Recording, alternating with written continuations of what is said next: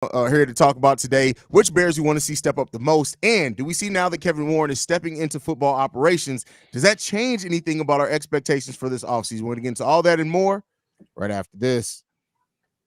Now tuned in to Chicago Bears Central, your number one place for all Chicago Bears news and content. What's going on, Bears fans? Welcome to another episode of Chicago Bears Central, your number one spot for everything Chicago Bears related. I'm Haize, that's C-Dubb, and Bobby in the building today. We're going to hold it down. Fellas, we're going to start off with this Kevin Warren topic. So it came out late Friday, early Friday, I think, that Kevin Warren is stepping into a larger role in the football operations. This is something that somebody who's had the CEO role has never really done. They've usually left it up to the GM. Kevin Warren's having an unprecedented amount of power. He's expected to be there to help make the decisions as far as quarterback, coaches, staff, everything. How does that change kind of your expectation or the way that you view it heading into this offseason for the Bears? When I looked at the history of Kevin Warren and his career in his NFL, I read a couple articles and they said he's methodical at his approach when it comes to these things. These guys, Matt Eberflus, better get on the ball because I'll take you back to a situation, I think in 2005 with the Minnesota Vikings. I think he was in the same position. Mike Tice actually ended up with a great season at 9-7. And Kevin Warren fired his ass. so Eberflus is at 4-8. I'm gonna say even Justin Fields, he gotta really perform. This dude, he really doesn't give away his card. He doesn't show his hand. So guys better be on the money right now because this guy, you don't know what he's going to do. I would think that he being from the Big Ten, that he'll hold Justin Fields close to his heart, but that might not even be the case. So everybody has to come in and try to win every single game they go and play. I ain't saying they're going to win every single game, but who's to know what Kevin Warren? I think everybody behind they antennas up. Get them antennas up for sure. Thanks.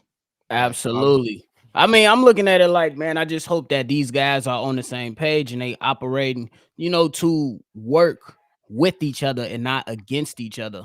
Because one example of, I know it's not the Chicago Bears, but if you look at the Carolina Panthers and what they going through, we're gonna be happy for that first pick. Shout out to them. But what the problem was that you had a head coach who wanted somebody, and then the owner came in and kind of overruled that, and now he's mad that he picked the guy that the owner wanted. And I just hope that Ryan Poles and Kevin Warren can really, just do what's best for the team. And if an idea is brought to the table, nobody is, trying to take it personal or letting egos get in the way. Just pretty much putting the city and the franchise first, no matter which direction that they go in. Because, sometimes the guys at the top sometimes don't like to listen to the guys at the bottom. Even if they work directly under them, they be like, hey, it's my show. I'm going to run the show the best way I see it. And as of right now, Ryan Poles, in my opinion, has done a good job. So I want Ryan Poles and Kevin Warren to come together and make sure they on the same accord and think franchise and city first and move their egos to the side. So I hope that's what they can do. Yeah, and I mean, part of that came out when this was released was just saying that Kevin Warren's coming in with no emotional attachment to basically anything, players, anyone. He's just coming in to focus on the business aspect of it, and that I can never be mad at, right? Like, doesn't mean I'm going to agree with every decision that he makes, but it's that if you're coming in and you're basically saying, listen, we're removing whatever you did before, don't matter. We care about what we feel as a front office unit, whatever, what you can do going forward, and if that's the case, you can't be mad at whatever they evaluated on. Now, they're not going to get every decision right regardless, but, you kind of want that leadership and to work hand in hand with Ryan Poles. It's not like Kevin Warren. I've seen some people take it as like Kevin Warren's coming in to take over. No, Ryan Poles is still going to be a part of the decisions as well. They're just going to be making it together. And so, we'll see where that leads us. At the end of the day, if it's best for business, if it's best for the Bears, then I'm good. That's it. I want my franchise to win. That's what I care about. Yeah. What do you guys think the toughest decision these two guys, not going to be Ryan Poles by himself now, what is toughest decision they got to make on the off season?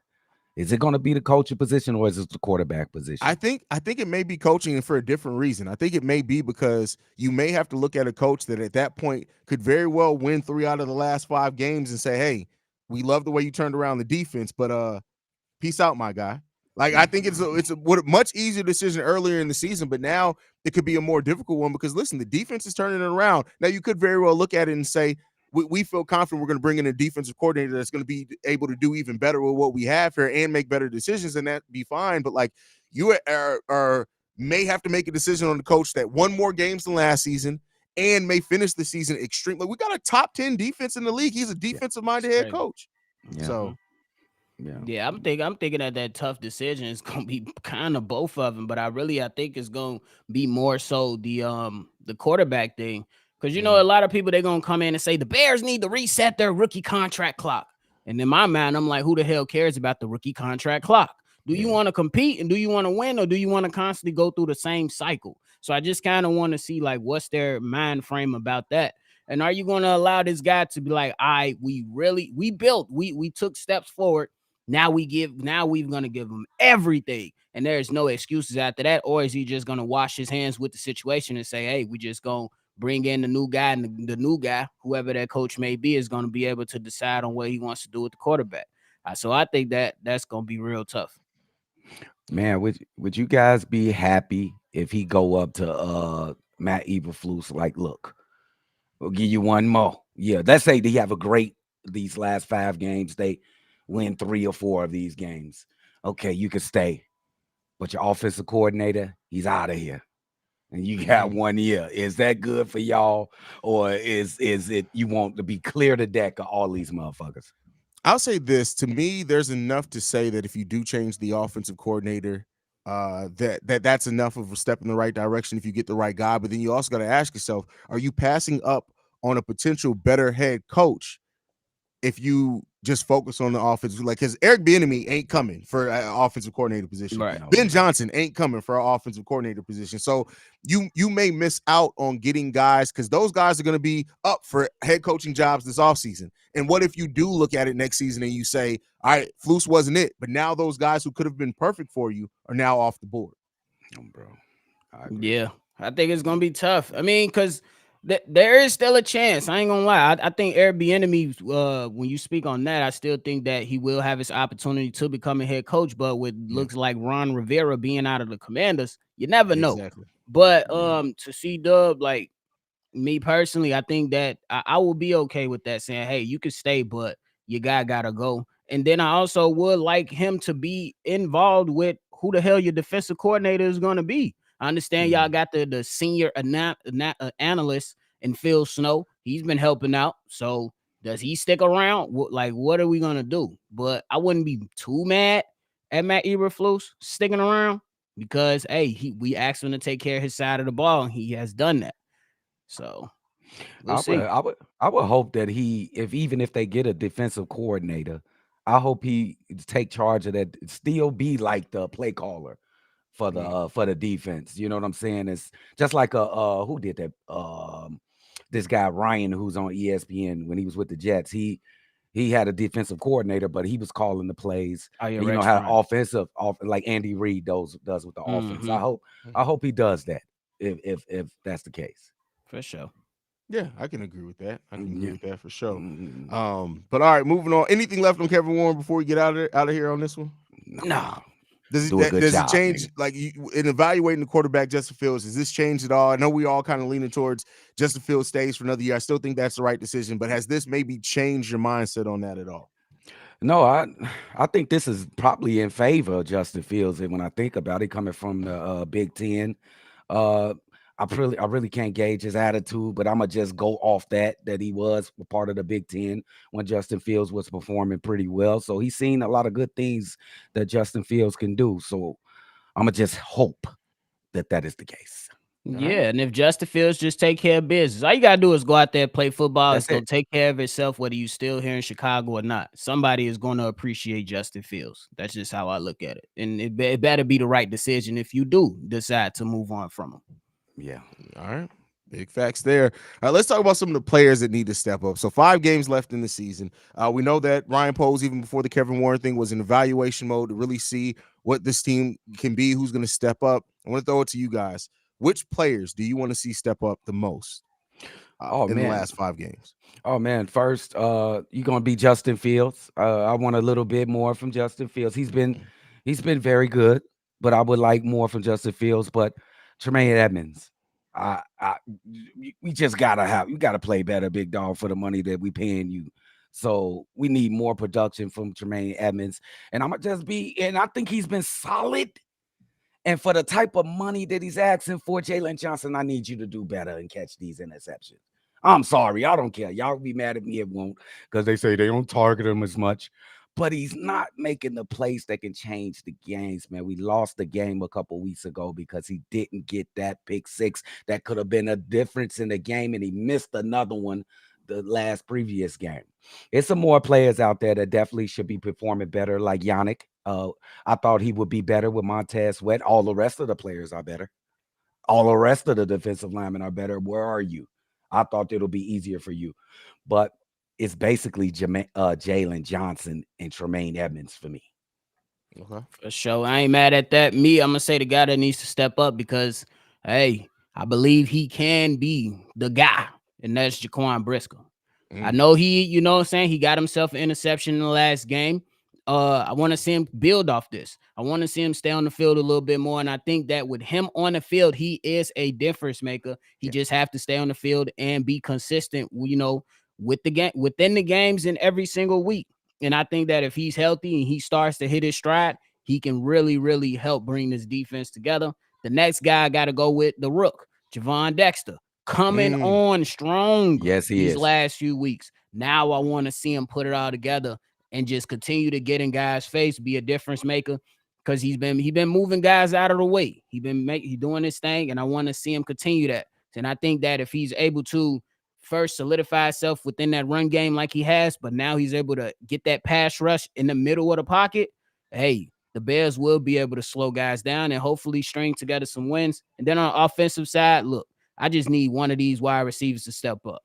You see, whoever it's gonna be, man. Is it gonna be Mooney? Is it gonna be Tyler Scott? But they need another guy to step up, bro. And that's gonna be anybody not named DJ Moore and Cole Kmet. Somebody else got to step up to help. Oh man, somebody else got to step up to help. You're right, man. Damn, Mooney. I agree with everything everybody y'all picked, especially because Tyler Scott was on that trajectory where he was playing more and more snaps. Now over the last 3 games, he's been playing less and less snaps. So it's like, at some point, like to Bobby's point, it got to be either Mooney or it got to be Tyler Scott. One of y'all got to step up, bro. Y'all, and at this point, y'all competing to see who gets to stay and play next to Marvin Harrison Jr. Absolutely. So I need y'all to step up. Y'all auditioning. You're officially on the clock, my fellas. But outside of that, I'm gonna say Tremaine Edmonds as well. Like Tremaine Edmonds, and I know people kind of get enamored with the fact that he led the team in tackles and all that. We've been there. We've seen that story. Roquan Smith did the same thing. Leading the team in tackles don't mean that you're playing great. The missed assignments, the arm tackles, the missed coverage opportunities. Tremaine Edmonds, despite leading the Chicago Bears in tackles, has left much to be desired for. You got the most money this offseason, my guy. I need you to feel, and don't get me wrong, there's been injuries all up and down that defense the whole season. So, and he's been thrust to have to make plays that maybe he didn't. But listen, TJ Edwards has stepped up in a major way. Yeah. Like he is sitting there and he is had a Pro Bowl level season, not because of number of tackles, but because of the impact plays that he's made. I need Tremaine Edmonds to step up majorly in these last 5 games because I still think it's there in him. Yeah, I'm not down on Tremaine Edmonds' skill level overall. I'm just saying that this season so far, despite getting a bunch of tackles, it's been some mighty questionable things out there. You are too big. Your arms are too long for you to be having so many arm tackles that are broken. Because if we're talking about him leading the team in tackles with the tackles that he's missed, we talking about somebody who probably be leading the NFL if he stopped missing goddamn tackles. Bro. Trying to tell you. Yes. Because he missed the game still against the Detroit Lions. And I'll be so over fans be like, well, what more do you want him to do? He was leading the team in tackles before he went. I don't give a fuck. We saw that. We've been there. Heard that story. Cool. I've seen the ending to that. That ends in leaving the team. I need impact plays. That's what we need to do. Stop missing fucking tackles, my guy. Yeah. And then because I see this comment, Edwards is be missing tackles too.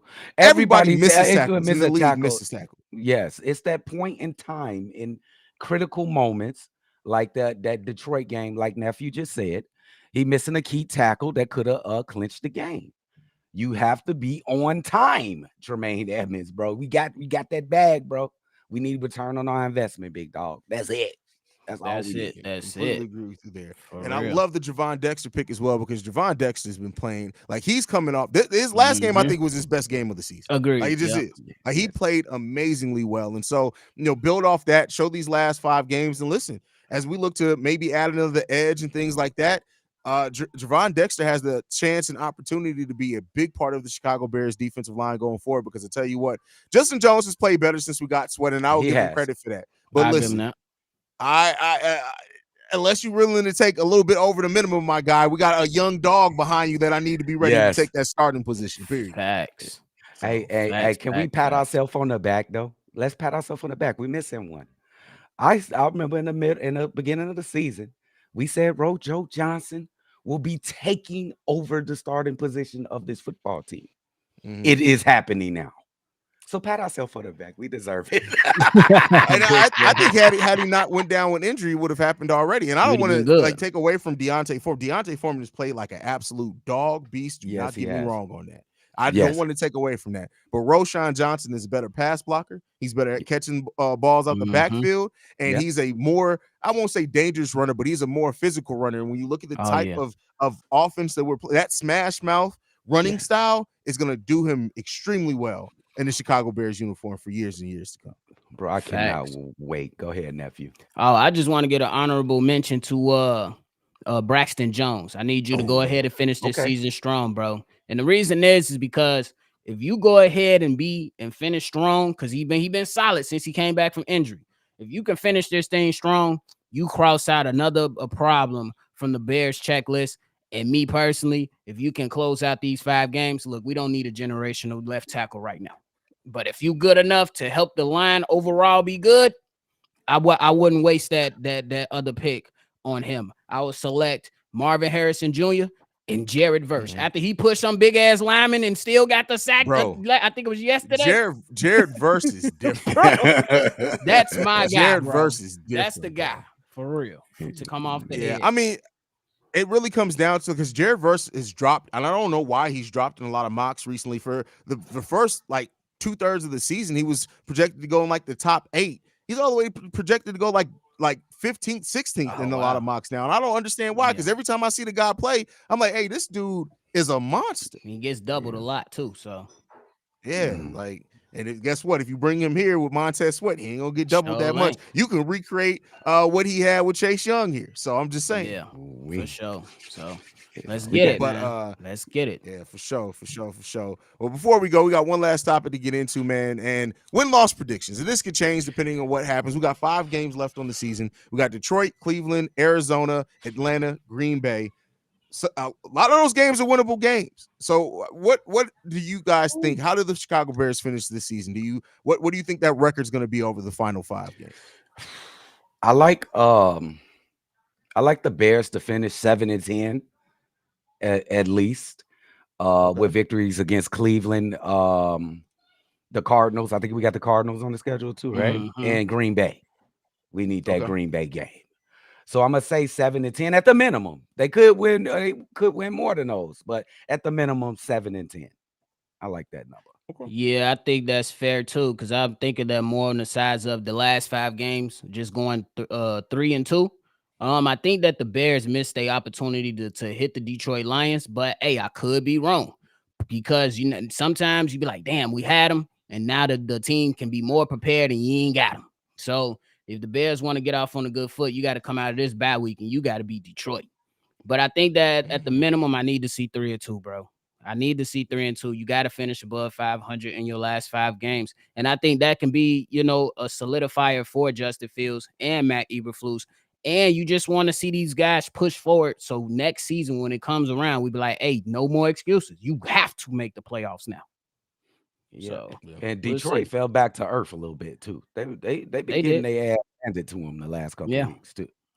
Yeah, I mean, listen, I would love a win over Detroit. I'd love to finish the season with a win over Green Bay as well, so we can go into the offseason talking shit about those cheeseheads. But ultimately, I know the Bears can win 3 games out of this. I do think see 3 winnable games on the schedule. And I think ultimately we're not too worried about that. The Carolina Panthers cannot go on a winning streak. Do not. If that happens, bro, I'm gonna be mad as hell, bro. but we need to secure that. And I think the Carolina Panthers is going to be cool there. But yeah, it's 3 winnable games for the Chicago Bears here. And if they finish 3-2, to me, considering how bad the season went left, all the kind of turmoil and everything off the field, on the field for the Chicago Bears, I can't be mad at that at all. Yeah, man, and they doubled up the wins from last season. If you really disappointing to us, because we got higher expectations for the teams, you know what I'm saying? But they won 4 more games than they won last seaseason. If they do this 3-2 for the final stretch. Oh yeah. So I don't know what implications that'll do for Eberflus, for Justin, but go out there and try to win as many games as you can at this stretch, bro. Facts. If some way, somehow you can end it on a streak, to me, like I think the most important ones is that last 3 weeks. You know what I'm saying? Arizona, Atlanta, Green Bay. I think those are must wins for me, bro. You gotta right this ship with Green Bay, bro. And you got to be able to beat teams to where that you are better than the Arizona Cardinals. You got to win that game. I wouldn't be mad if we lose to the Cardinals, though. Only that way that they drop further in the draft. Oh, bro, yeah. Bro, Ryan Poe's about to call it in after Ryan Poe's about to call it in. But, bro, you just got at some point, bro, you just got to show that you are trending in the right direction, and you got to beat some teams that you're supposed to beat. So, hey, could it be like, let's just because this Mar ain't beat Green Bay. I'm talking about Eberflus. He has not beaten Green Bay since he's been the coach. If this we barely got a win in the division, so got one first win in the division. So if this fool lose this final, that could be the nail in the coffin for this dude. I'm telling you, that's it. If he can't beat Green Bay, that's a certain type of feeling for this franchise. And you haven't beat him in 2 years, bro. Oh, you gone, bro. You can say goodbye. Go say goodbye. Muskowski, Virginia gonna come down. Get that guy. He can't she ain't even coming beat down. him. Come on, how's Virginia McCaskey gonna come down, bro? Like, let's be clear. She got a wheelchair. When's the last time anybody saw Virginia McCaskey in public anyway? She gonna roll down. Virginia McCaskey is in her mansion. She get everything delivered. Her ass ain't got out her house in probably 12 years, bro. When's the last time anybody saw Virginia McCaskey live and in person in the public, bro? Come now on. She gonna be right up on a Bears screen on Sunday against Detroit. That's crazy, bro. Mr. Eberflus. Oh, bro. But hey, by the way, I gotta tell y'all guys, this has nothing to do with the Bears, nothing to do with football. I met somebody pettier than I am. I went to the store to get some beer. Why did somebody in the store have on a Josh Giddey Love the Kids t-shirt? Oh my God. bro, my whole entire being was like, no way. No. And then I asked him, so where'd you get that? He said, oh, I got this made. My dude made shirts. And that's what you did. You that petty to where you had to get a Josh Giddey Love the Kids shirt. Bro, that's crazy. Josh Giddey ain't even charged yet. They just investigating that, bro. That is crazy. I'm like, hey, man, I never thought I met somebody as petty as me, bro. That's crazy, man. That is crazy. Walking through the supermarket with a pedo shirt on. That's crazy. That was wild to me, bro. But yeah, side note, anyway, any last Bears thoughts before we get up out of here? Yo? Hey, man, don't it feel good? This week has been a good week for Chicago sports. Yeah. It has been good. I can't wait till the next game. I kind of wish that the Bears played today, bro. I just miss the Bears, especially when they come off wins. Let's go get them next week, man. Let's get it. Facts. Get your game plans ready. It's time to go. Let's get it. You missed that opportunity against Detroit last time. Now you at the crib. Get the damn game. But it's early. Y'all know y'all be tuned in for this week for all the latest breakdown and all them predictions and mailbag episodes coming. It's going to be a great week. Y'all make sure y'all tune in. Let's go. That's big facts, man. Make sure you guys are following the channel at Shy Bears. Shy Bears Central on every social media platform. You can send us any feedback, questions, comments, concerns. ChicagoBearsCentral@gmail.com. Lastly, if you want to leave a text message and our voicemail for the mailbag, 773-242-9336. We're the number one spot for everything Chicago Bears related. And I'm about to be drunk for the rest of the day. My birthday on Tuesday too, y'all. So hey, drill.